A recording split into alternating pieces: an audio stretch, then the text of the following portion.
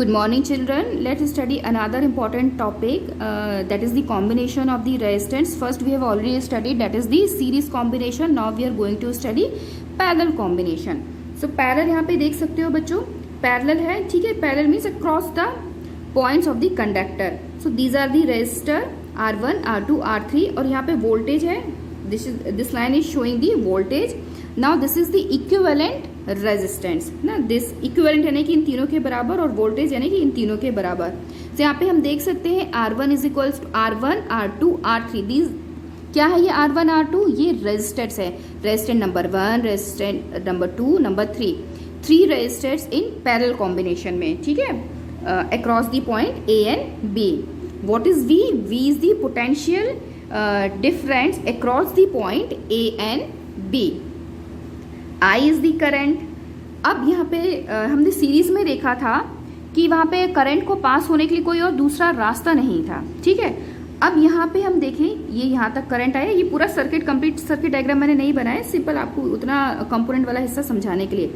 यहाँ पे करंट आया, ठीक, यहाँ तक ये करंट आया. अब ये देख रहा है यहाँ भी जा सकता हूँ, यहाँ भी जा सकता हूँ, यहाँ भी जा सकता हूँ.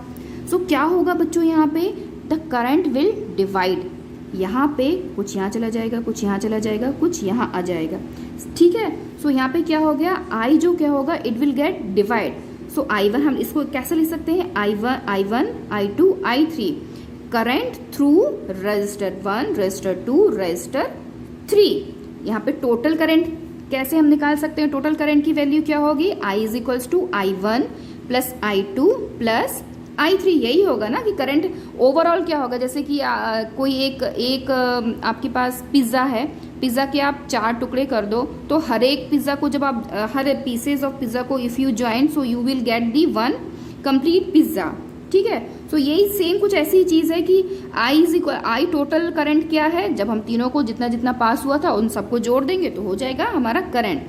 Since potential difference is same across the. अब यहाँ पे बात क्या हो रही है, ये चीज़ आपको ध्यान में रखनी है कि जो सीरीज कनेक्शन होता है उसमें करंट सेम रहती है. Okay, in series connection the current is same, but parallel में क्या होता है, करंट डिफर हो जाता है. यानी कि जो करंट की वैल्यू होती है ना, वो अलग अलग उसको पाथ मिल गया है तो उसकी जो करंट की वैल्यू होती है वो डिफर होती है. बट जो पोटेंशियल डिफरेंस है यानी कि अक्रॉस द 2 पॉइंट्स है. यहाँ पे जो वोल्ट मीटर लगा होगा वो ये कुछ ऐसा लगा हुआ है. It is not dividing. जो वो पोटेंशियल डिफरेंस जो एनर्जी कंज्यूम कर रहा है, यानी कि जो पोटेंशियल डिफरेंस क्रिएट हो रहा है, जो हर कंपोनेंट एलिमेंट उसको यूज करे, it is not dividing across the R1, R2 and R3. That is the according to Ohm law. अगर हम देखें ओम लॉ क्या बोलता है, V is equals to IR. अब हमको क्या करना है, I निकालना है. तो क्या हो जाएगा, I is equals to V by R. Means I1 क्या हो जाएगा, V upon R1, I2 V upon R2, I3 V upon R3. अब लेट P, RP यानी कि टोटल, हमको सीरीज में टोटल इक्विवेलेंट रेजिस्टेंस निकालना है कि P for parallel, R for resistance. यानी कि टोटल जो इक्विवेलेंट रेजिस्टेंस है या रिजल्टेंट रेजिस्टेंस है वो पैरेलल कनेक्शन में कैसा होगा. I is equals to V upon RP. अब ये V अपॉन RP कैसे निकलेगा, V upon RP is equals to क्या होगा, V upon RP. V is equals to V upon R1 plus V upon R2 plus V upon R3.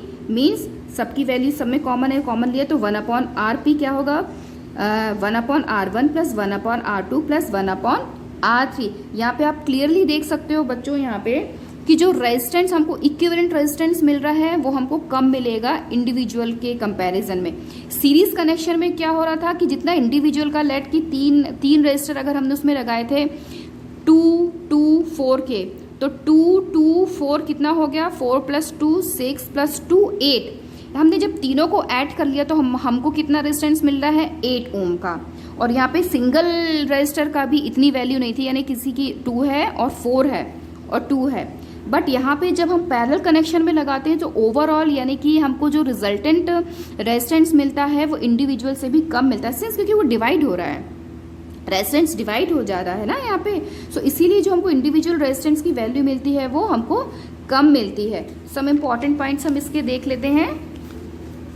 Total current in the circuit is same of separate current through each branch, यानी कि जो total current होता है in the circuit में वो क्या होता है कि हर ब्रांच में अलग अलग चला जाता है, और जब हम उसको ज्वाइन करते हैं तो हमको टोटल करंट मिल जाता है, that is the I is equals to I1 I2 plus I3 and the potential difference across each resistance is same.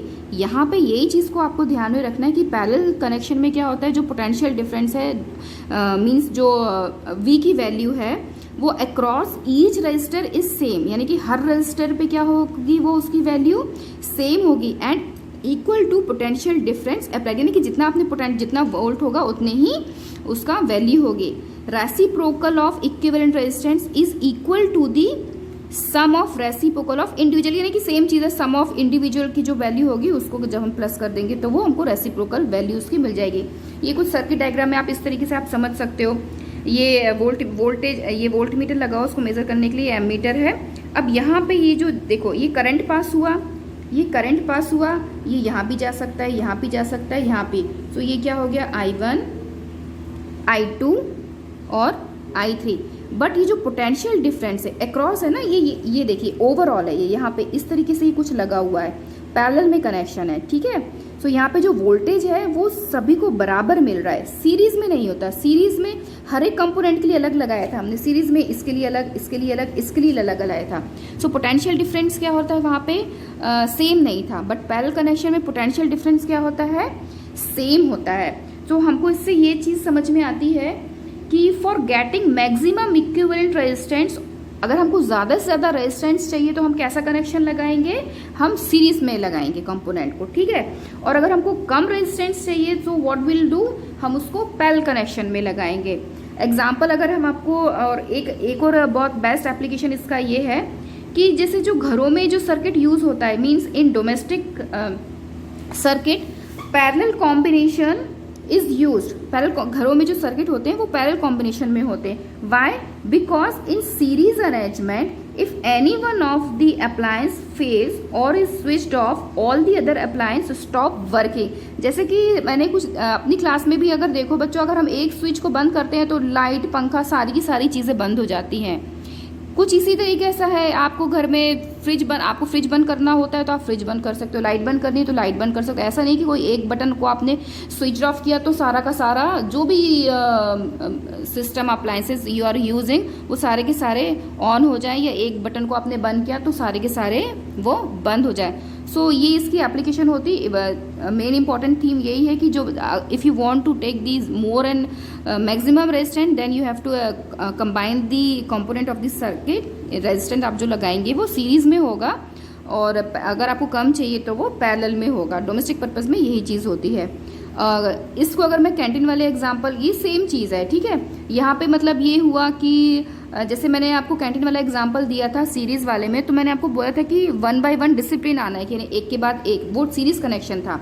अगर कोई डिसिप्लिन ही नहीं है, डिसिप्लिन नहीं है यहाँ पे, तो क्या होगा, जो बच्चा पहले आएगा तो वो बोलेगा कि मुझे जो भी फूड स्टफ वो ले रहा है वो हो सकता है वो ज़्यादा भी ले ले, फिर उसके बाद जो बच्चा आएगा उसको कम मिलेगा।